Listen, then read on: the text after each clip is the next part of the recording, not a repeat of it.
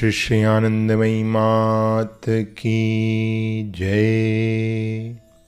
On a Monday, 7 days after Diksha, I sat down as part of my domestic routine for the morning prayers.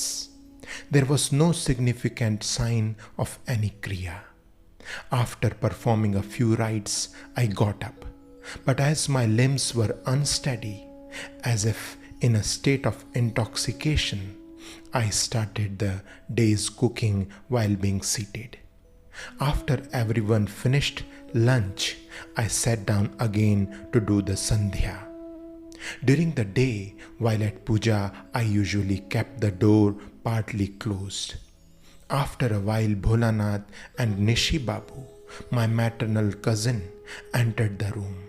I continued to sit veiled and absorbed in puja.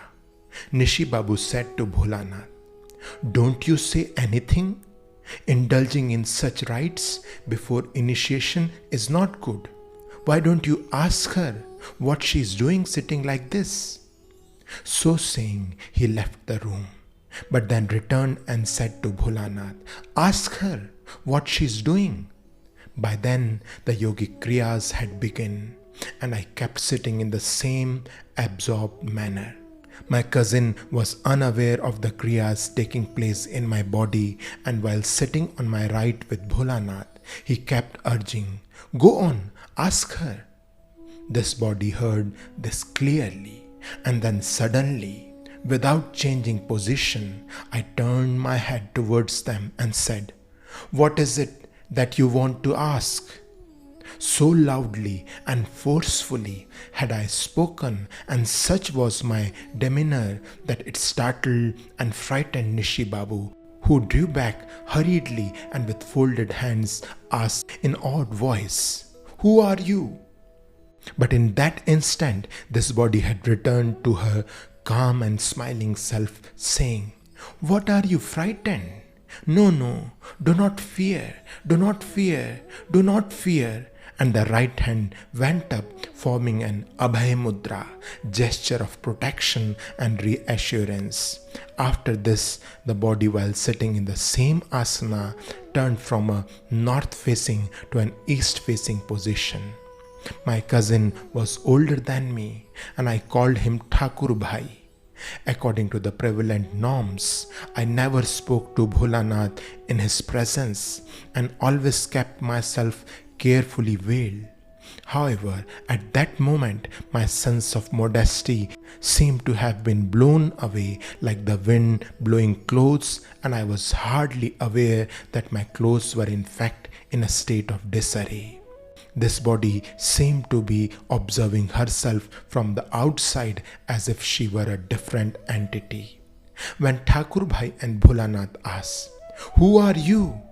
slowly the words emerged, "Purna Brahma Narayan," with the two of them earnestly discussing between themselves whether or not a feminine form should be Narayani, and they repeatedly asking me, "Who are you?" The words came out one after another, "Mahadev, Mahadevi, Narayan, Narayani," and so on. Bholanath asked me, "If you are indeed Purna Brahma Narayan and all else that you say you are, why are you speaking in this unnatural manner?"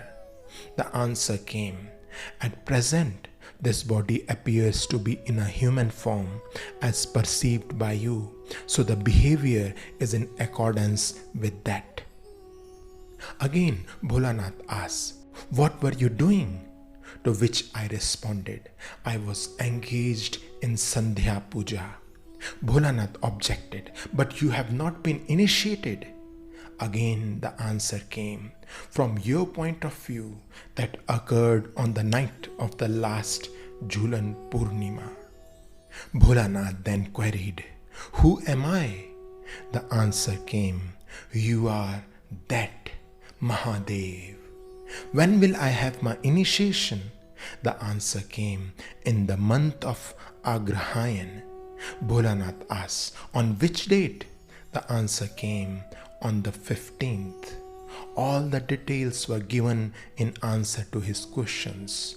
Both Thakur Bhai and Bholanath then asked, "Who will give the initiation?"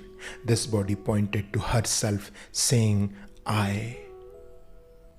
They then consulted an almanac to find that it not only corroborated these details, but that it was also a very auspicious day for initiation. The two of them again consulted one another, and Bholanath asked, "Well, tell us, what will be the star on that day?" The answer to that too came out instantly, but since he was not conversant with the names of all the stars, Bholanath did not quite grasp it. So the words then came out, "Janki Babu, who lives next door, has not yet left for work. Go and ask him." They were still debating whether or not to fetch him when this body made as if to go herself, saying, "So shall I call in Janki Babu?" Fearing that she would go out as she was, with her clothes in such disarray, hastened out and brought Janki Babu back with him. On his arrival, Janki Babu confirmed that the star she had named Rohini was correct. Hours went by while the three of them discussed, deliberated, and asked questions.